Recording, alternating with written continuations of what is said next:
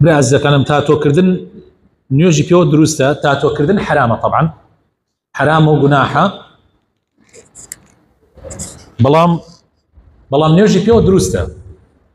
انسان اگر بوي كراب بكاتو لايدا او تشاكا اگر لايشي ندا يعني بيلا ندرا اگر انسان توبه بكاو ان شاء الله خو عليه خوش به بلام خالكوتان وتاتو كردن حرامه نينوك نينوكي دسكرت نيوجي دروستا نينوك اگر لا ببري لك دزنوج وامانه وتاثير لدزنوج نكابل نيوجي بيو دروستا هيك كشي كينيا بلام للراسيه نينوك يعني عادتي مسلمانيه للراسيه ما نيوجي شي بيو دروس به بس معناه اوني اشتكي محبوبه واشتكي شاكا اشتكي باش نيه بالراسي بس نيوجي بيو دروستا الراسيه كي مناتو نبلم نيوجي بيو دروس نيه رويشتن ببردم نيوجا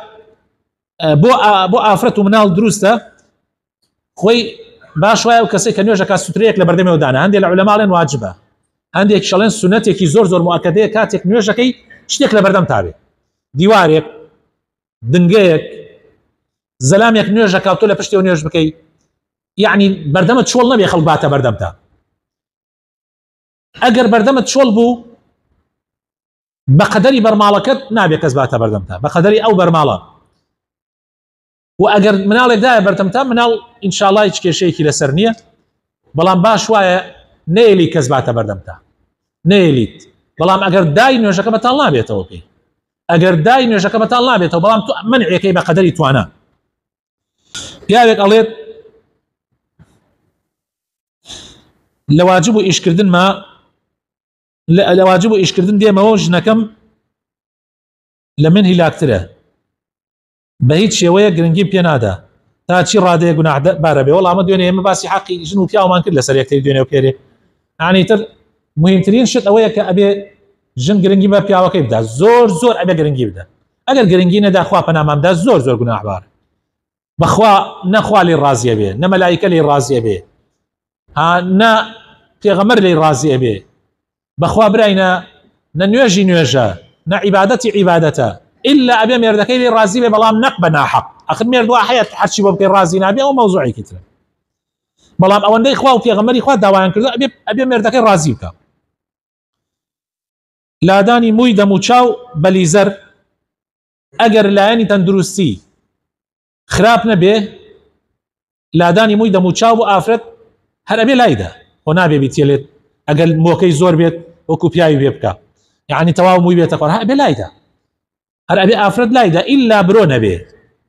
الا بروي نبي نابي دسكاري بروي بكا بلام دمو تشاو افرد ابي لا ببري هنا ابي بيتيلت افرته فقيره وانا حساب كجي ريشه نابي بيتيلت ابي لايبا ولا الزينه بو بياو كاتك زكاه ادي بكسيك بيويست بي بلي اما هي زكاه نا والله باش وايا بينالي باش وايا بينالي اگر بكري دائما زكاه خوتان قد ميدان بكسي دائما من ايدن بما مساكارزان بيدا بكاك الرياض مثلا اليم ما مسابا لما بلي بسلمانيك داي ناردتي انت او كانت النشر مزال ما مساكارزان بين نشر مزالي من يشري بيناش كيتوا بلا من برون بليم كاك وزكاه ورقري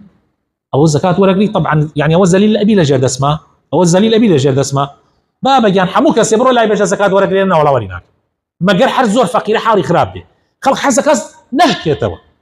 بس تاخذ سي حالي بك اگر زانيت حالكي بيويستي بزكاتك بناوي هر ناوي كيترو بيداي بي اگر كلا الرقاي كسي كيترو بوي بنيري تشاكتره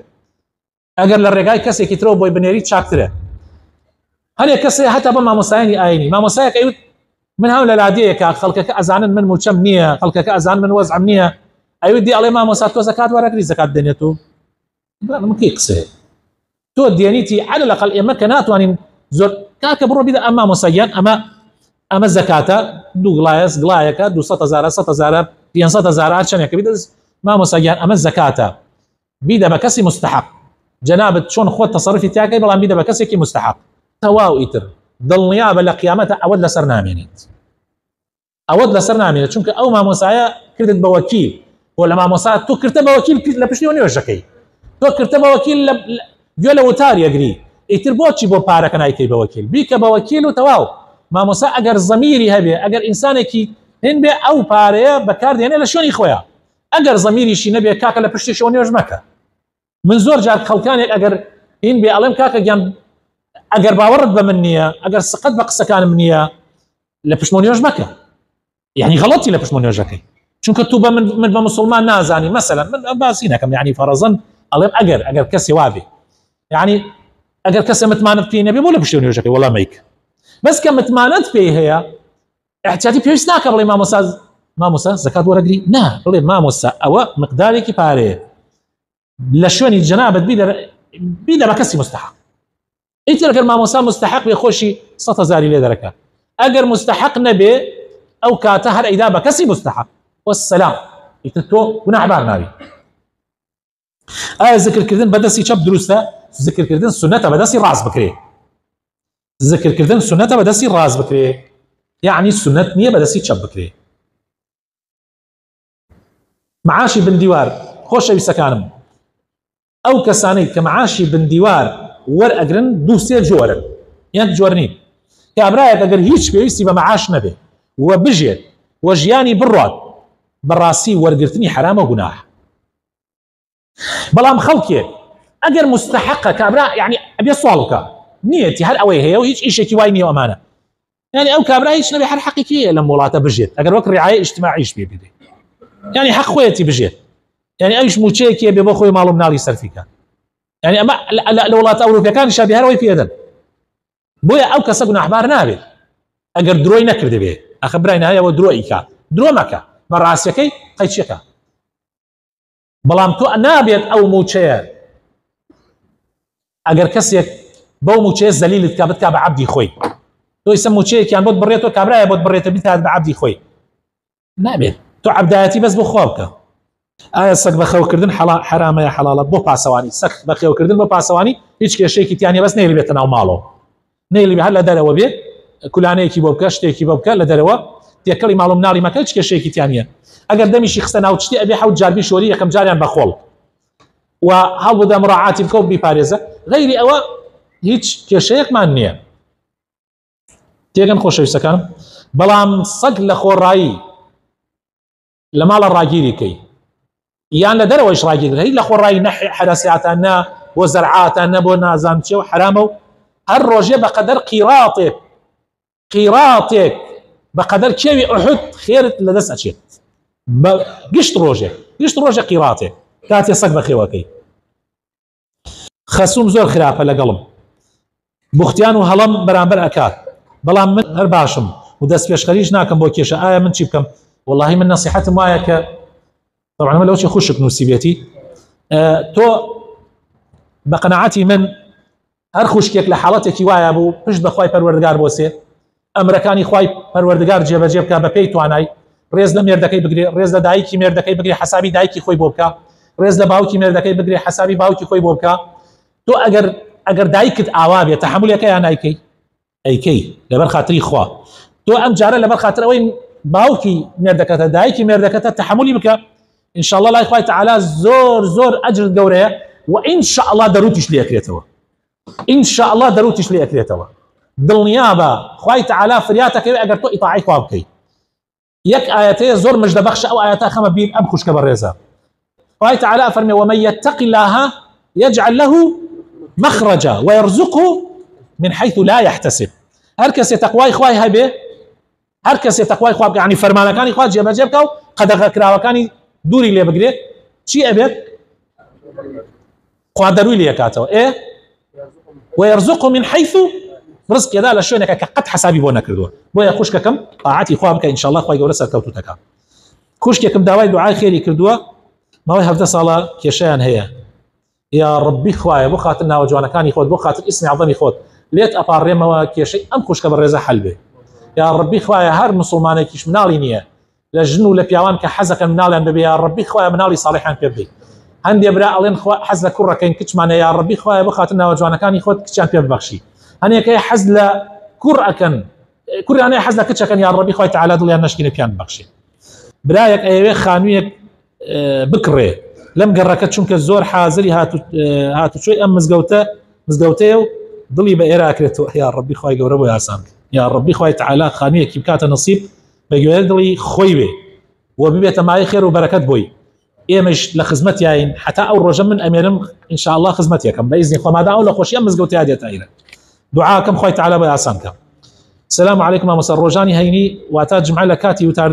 کاتی وتار دەدەن خەڵکی ڕووی لە قیبلە نییە ئایا دروستە لە کاتی وتاری هەینی ئەتوانێت ڕێک ڕوو بکەیتە مامۆساکەت ئەلەوێ بێ ئەتوانێت ڕوو بکەیتە مامۆسا ئەلەوێ يعني لە هەر شوێنێکی مزگەوتا بێ ئەتوانێت ڕوو بکەیتە مامۆسا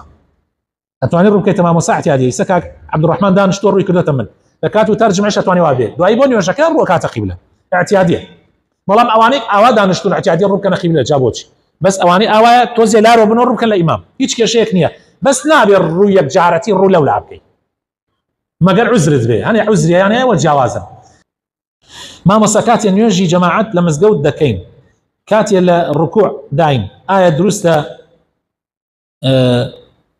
ڕابکەی بۆ نا های لە دواوە مامۆستا چووە ڕکوعە تۆ حەزەکەی بگەیت ئەو ڕکاتەیە ڕائەکەی نابێت هێواش بۆ چۆن لە ماڵۆ هاتیان ئاوا ڕێ بکە گەیشتی پیا خێر عەلاخێر نەگەیشتی پیا تۆ بۆت حەساوە یعنی قەزم لای خوا بۆت حەساوە ئەو ڕکاتەکەی چێکە دوای دووبارەی کەرەوە ئیتر پەلەپەلی بۆ چییە من وا هەست دەکەم پەلەپەلکردن جاری وا هەیە جۆرێک لە ئیمان زەعیفیە تاقەت ئەوە نییە ڕکاتێ دووبارە کاتەوە ئێجە بەشکە بگەین پیا ئەمە هەر باشتر ڕکاتێکشم ئەڕوا نە قەت ڕامەکەن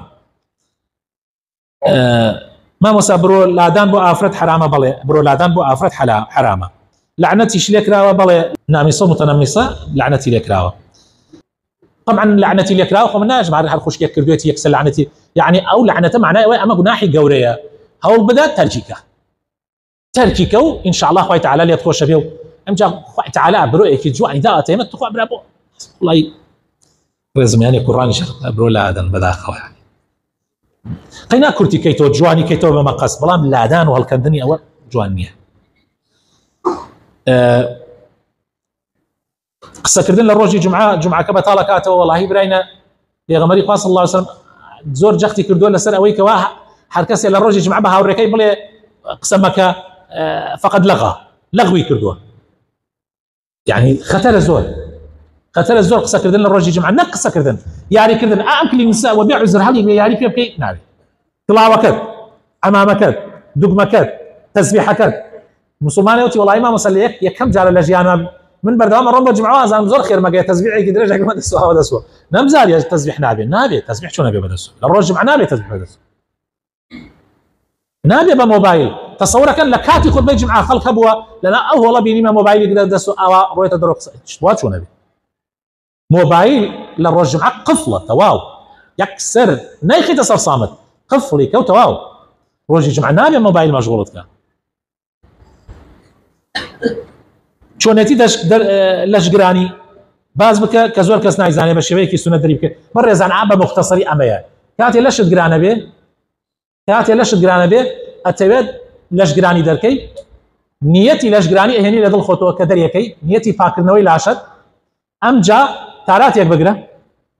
یعنی عەورەتت پاککەرەوە دوای ئەوە دەستنوێژێ بگرە پات مەشۆرە یعنی پابیێلەوە ئەو باقیەکەی دشی بشۆرە دەستنوێژەکە بەس پا مەشۆرە دوایەوە سێ جار ئەگەر دوش بێ سێ جار ئەمانی ناوێت دووشەکە بێنە سەر خۆتا ئەگەر دوش نەبوو بۆ مەسینەیان وەجام سێ جار ئاو بکەرە سەرتا و دەست بێنێتە سەرتا ئەمجا لای ڕاست بنباڵت ئەو شوێنانی کە زیاتر احتمالەیە تەڕ نەبێ کەرشت هەیە مەسەلەن یا بنباڵیان لۆچێکەیە لە گیانتە ئەوانە بە تایبەتی تەڕیکە ناوکت ئەمانە ئەمجا لای چەپت بە هەمان شێوە تەڕیکە لە ئاخریشە هەردوو پاک بشو طبعا بسم الله لە دوای نیەتەکە بسم الله بکە لە دوای ئەوەی نیەتت هێنا بسم الله بکە ئەمە غوسلی پێغەمبەر صلی الله علیه وسلم ئەگەر پێویستی کرد گیانت چڵکن بوو چەور بوو ئەمانە دەستێک سابون بە لە خۆت و ئیمجا ئەگەر پێویستی نەکرد تو ئێوارە خۆتە شۆردۆ ئێستا لەشت گرانە هەر ئایا بکەرە خۆتەوە بەو شێوەی کە ئێستا باسمان